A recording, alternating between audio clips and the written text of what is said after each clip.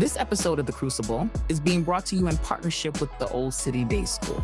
With their child-centered approach to learning, they are guided by the principle that quality early learning programs are the foundation for children's success. The Old City Day School, where an investment in the early education of a child is an investment in the future.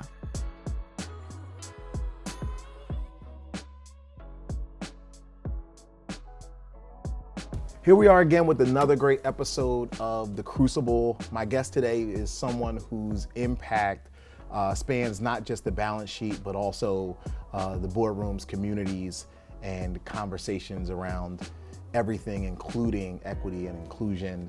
Rosalind Williford, thank you for joining me today on The Crucible. Right now is a little moment where you get to kind of sit here and just be embarrassed for a second, because I'm gonna read through your bio and you just kind of gotta bask in it. All right. All right, so Rosalind Williford is a powerhouse C-suite executive in the world of finance with a career spanning more than 30 years. She's a strategist, a builder, and a change maker. One of those rare leaders who knows how to optimize operations, drive profitability, and still keep people at the center of her work. Today, Roz serves as the Chief Financial Officer at Esperanza Health Center, a federally qualified health center that provides integrated healthcare services to more than 14,000 patients annually. From dental care and behavioral health to social services and community-based outreach, Esperanza is redefining what accessible, equitable care can look like. And Rosalind is helping to drive that vision forward. She's led finance teams, overhauled internal controls and procedures, and partnered with senior stakeholders to bring business solutions to life. But her leadership goes far beyond numbers. Roz is a passionate advocate for diversity, equity, and inclusion, using her platform to address healthcare disparities and mental health stigma, especially those impacting Black and Brown communities. She believes in giving everyone a voice at the table, and she lives that belief every day in her work and beyond. Earlier in your career, during your tenure at Suez, formerly General Electric, Roz co-hosted programs focused on hiring diverse talent, retention and recruitment, and even led the development of qualitative metrics to measure DEI success. One of her most groundbreaking initiatives aimed to address the racial wealth gap, creating space for dialogue, awareness, and real cultural change. She's been recognized for her impact and leadership, most notably as one of the Titan 100 top C-suite executives in the region. Anything that starts with Titan is clearly big stuff. I need a Titan of something. Rosalind is also a dedicated community leader. She's made history as the first Black female board president of First Tee of Greater Trenton, an organization committed to empowering youth through golf and life skills. She's an active member of Bucks County Links Incorporated, Alpha Kappa Alpha Sorority, and the Bucks County Parliamentarians. She holds a Bachelor of Science in Accounting and Organizational Management, and she sharpened her leadership toolkit through executive programs at both the Wharton School of Business at University of Pennsylvania and UCLA's Anderson School of Business. Roz lives in Newtown with her husband, and they're the proud parents of their daughter who resides in Maryland.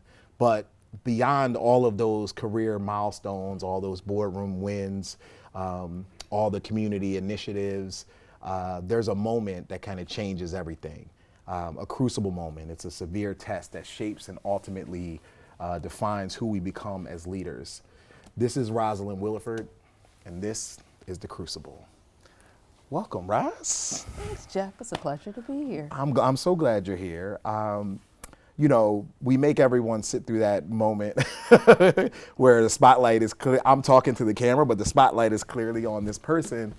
And the reason we do it is because we need people to understand the successes you had, so that when you tell a story about a crucible moment or a failure, however you choose to refer to it, it allows them to kind of see the humanity that exists, because people tend to put successful folks on a pedestal, and usually the folks who have had that success don't necessarily want to be on that particular pedestal, but it's really necessary for us to kind of pull the cover off and allow people to see a little bit deeper inside of. So I'm going to give you a few moments here, and I would love for you to tell us about a crucible moment that had some really strong impact on you. Yeah.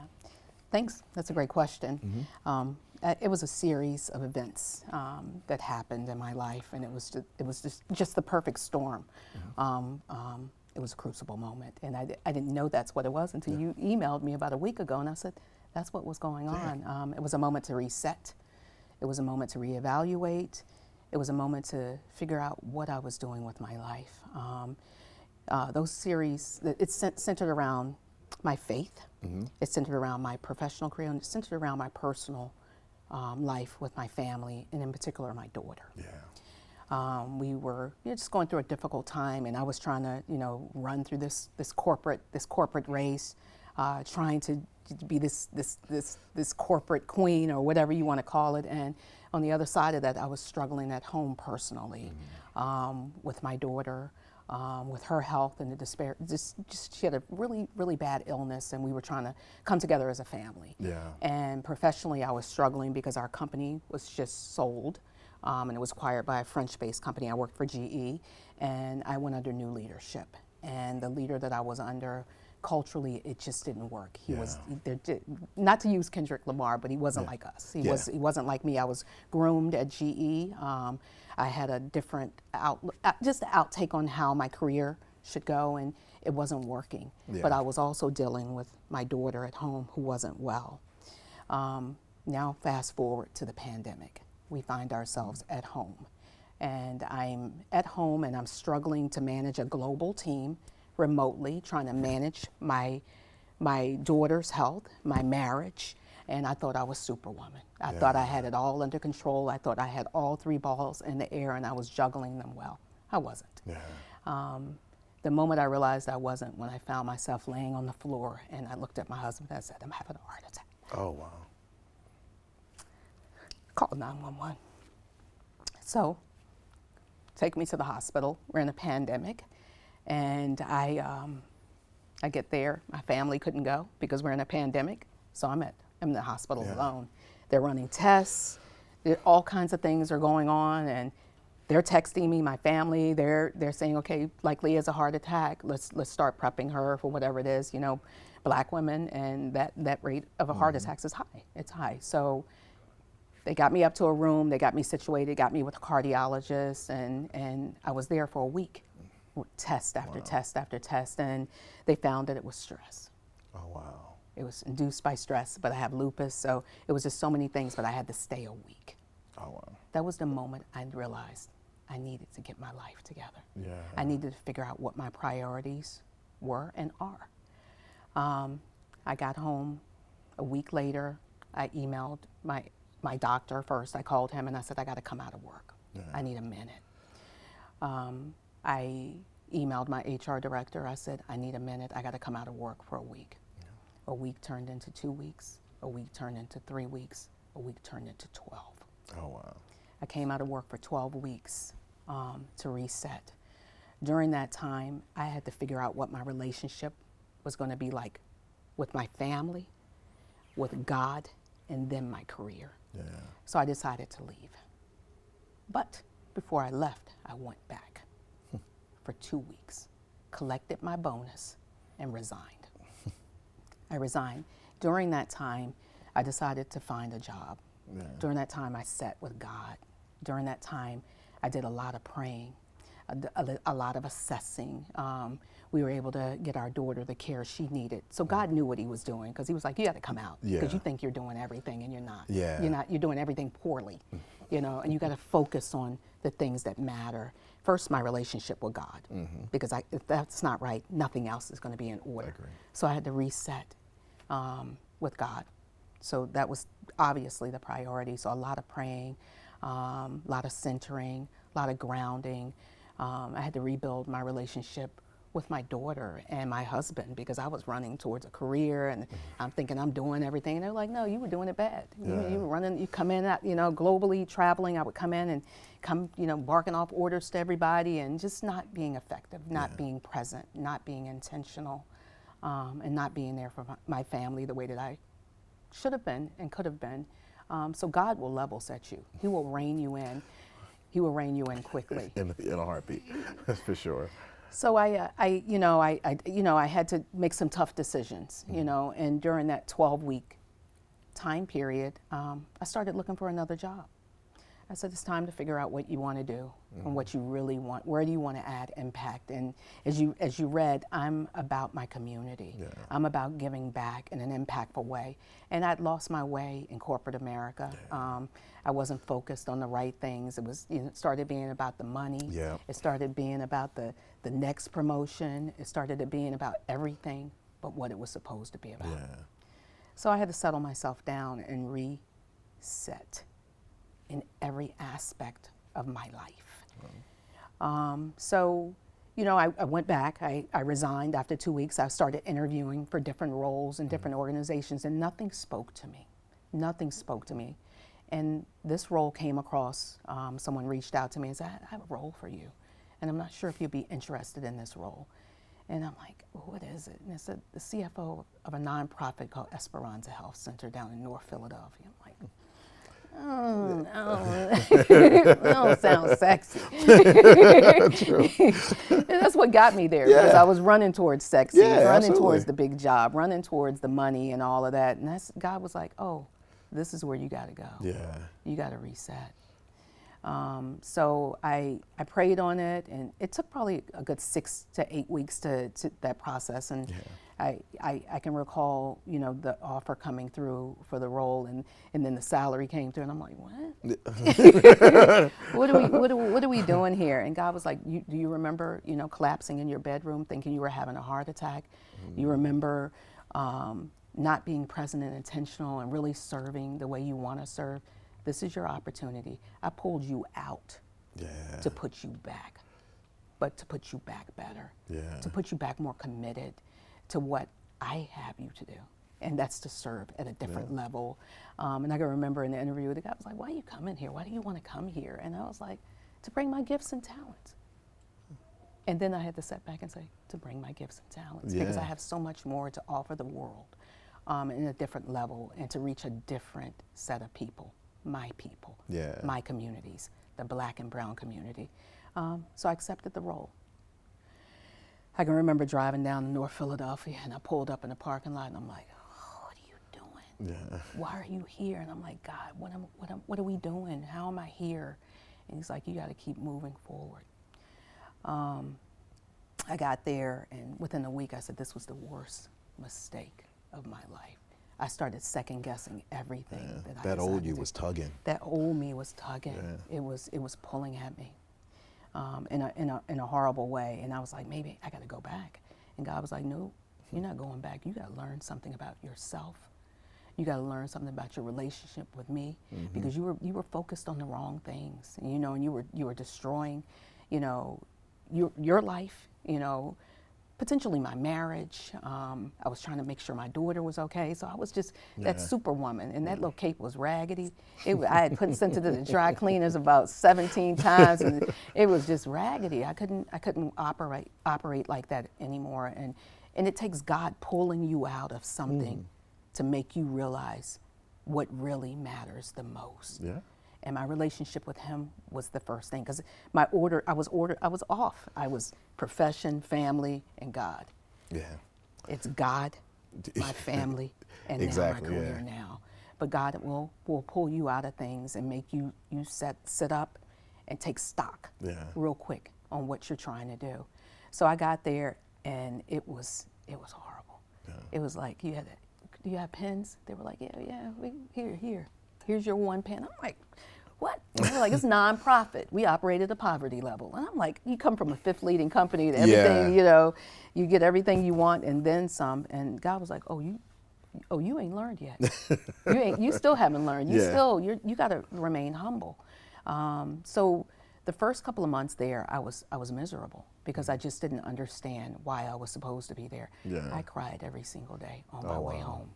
I was miserable. I was like, what have you done to me? Why am I here? He said, you still haven't learned your lesson, have you? I started realizing, as patients started coming in, and I started walking the halls of the health center and meeting people that looked like you and I, it was different. I was like, okay, now I'm serving at a different level. They were thankful. They were grateful. And the very thing I was running from, was the very thing these people needed access to. I had privilege, I had access, I had everything I needed to get the care I needed. Yeah. From not only me when I got sick, but my daughter when she needed specialists and access and the privilege. And the very community I was serving and mental health and all that was what God pushed me to help them get access, and so that they can have the things that I already have, but they needed someone to be a voice for them. So it started slowly coming to me why I was there. And that was to change a community and to have an impact and gain access, have, equitable health care and access to a community. It was tough though, because you go from corporate America to this little nonprofit, and you're running towards grants and writing, and you're like, what do you mean we don't have any? What do you mean they took our grant? What do you mean that? And now you're trying to create revenue streams and looking at things just a little bit differently. Yeah, I'm sure. Look, I mean, that one question that you were asking God in those first 6 months or so, where you're like, what have you done to me? And then you start to see, it's really, the question is, what have you done for me? What have you done right? for me? I placed you in a place where your talents in particular were needed. And, and if you stay there for a moment, like you'll understand, but so here's what's really interesting about this particular moment. I will quote my pastor. He last year on Palm Sunday, he had a lesson, and the lesson was sometimes God needs you to move, and you don't move. Right. And if he has to make you move, it's not going to feel good. Right. And that's literally, so when I'm listening to you, I'm hearing the same parallel. So the day after he gave that message, I got laid off. The day after. And I had told people, I'm comfortable. And it was like, no, that's not the way this is supposed to work. I need you to move on. And I think that's literally, what was happening. Now we know for you. But in the moment, it's the world's falling apart, right? And so, I think you talked a little bit about it, but how does one, kind of come to terms, like when you're in that moment and it feels like it's crushing, how do you kind of recenter yourself and come to terms with, I will get through this? Yeah. I can't tell you it was easy initially. I think I had to surrender. Yeah. And I'm not a woman that surrenders easily because I have to be naturally in control. So I had to learn. God was like, you can't always be in control. Yeah. You got to surrender. So I had to surrender, and I had to really align myself to God's purpose and God's will for me, because I knew that I've been sent here to do something bigger than me for the people that look like me. I love it. I know that. I know that to be true. So once I surrendered to my ego, because that thing was big, once I surrendered to my ego and what I thought my life should look like, then things started naturally falling into place. My daughter got better. Our marriage, wasn't horrible, but it's just better. It's just, because we can see each other now. We can respect each other and each other's journey. So I think surrendering probably was the biggest thing I had to do to reset and rebuild myself. That's good. Because, that is surrendering, you're right, is a very hard thing for anyone to do, let alone someone who is used to being, in control, at least of their environment. I can tell you, the pandemic did a number on a lot of people. I remember, so my wife worked from home before that was like the thing to do. When we moved to where we were at, she continued at the job she was at to work from home because so she could be close to the kids. I was traveling into New York, and I remember when the pandemic started, everyone was at home all of a sudden, and it took me a while to realize, like, oh, we're all in her office, like we are very disruptive in this space. And so that had that had its own toll until we all kind of came to the conclusion, like, I need to, cancel my ego a little bit and make, make the necessary edits to my own behavior in that space in order to, keep that family unit strong. So I definitely, I get the idea of like, yeah, it's not like the marriage has to be completely broken, but it can always be improved by doing these little steps. And sometimes we don't see them because we're blinded by the glitz and glamour of corporate America. Right? For sure, for sure. So man, so where are you, you know, now? I mean, that journey was a few years ago. Where are you now with how you feel about, you know, everything? Yeah. That's a good question. I think throughout that, I didn't realize God was preparing me for something else. And there was an assignment that was attached to this. It wasn't to be at Esperanza, just to be at Esperanza and pour into that community, but it was also to write a book about the power of prayer and faith. Because I think I was God was like, what is going on? Yeah. So I can recall getting up 2, 3 o'clock in the morning, and I just couldn't sleep. I was tossing and turning and mind going about just everything in life because just my type A personality. We're always thinking, what can we do differently? How could I have done it better? A little imposter syndrome kicks in. So I started physically getting out of bed and going somewhere and sitting. Sitting with God, because there was so much noise at times that I couldn't even hear him on any given day. So I started slowing down, and slowly over time I could start hearing him a little bit better. And he was like, I have something more that I need you to do, but you can't hear me. I sent you to the hospital, set you there for a week. I sent you to another organization, pulled you out of that organization, put you somewhere else. You have to have faith, and you have to show people what faith looks like. And I can't go into my daughter's entire the details around her entire story, but just that faith and knowing that she was going to be okay. But I believe that, and she and I just had this conversation the other day, and I said, listen, I don't think God was coming for you. I said, he was coming for me, but he used you to get to me. And he will do that. And she said, I believe that, Mom. So my daughter went through a lot of trials and tribulations, but as her mother, I'm trying to protect her. I want her to be healthy and whole and better. So I knew, a few years ago, I realized that, it wasn't never about her. Because she was going to be okay, because he had already written her story. So he was like, she's okay. You just need to let her be and let her be mine. So the moment I released that, I realized that this is bigger than all of us.